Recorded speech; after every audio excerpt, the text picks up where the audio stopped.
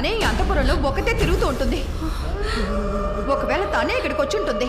అయ్యో, ఈ అంతపురాన్ని నేను చూడాలనుకున్న మాట నిజమే, కానీ ఈ రూమ్లోకి ఇంతవరకు రాలేదు. చెప్పరు కదా, చంద్రముఖి వల్ల బాధించబడిందెవరో నేనే కనిపెడతాను. మీలో ఒక్కొక్కరుగా వెళ్ళి ఆ ముగ్గు మీద నిల్చోండి. అక్కడ నిల్చున్న వారు బాధించబడ్డవారైతే ఖచ్చితంగా చంద్రముఖిని బయటపెడతారు. ఒక్కొక్కరుగా వెళ్ళి ఆ ముగ్గు మీద నిల్చోండి.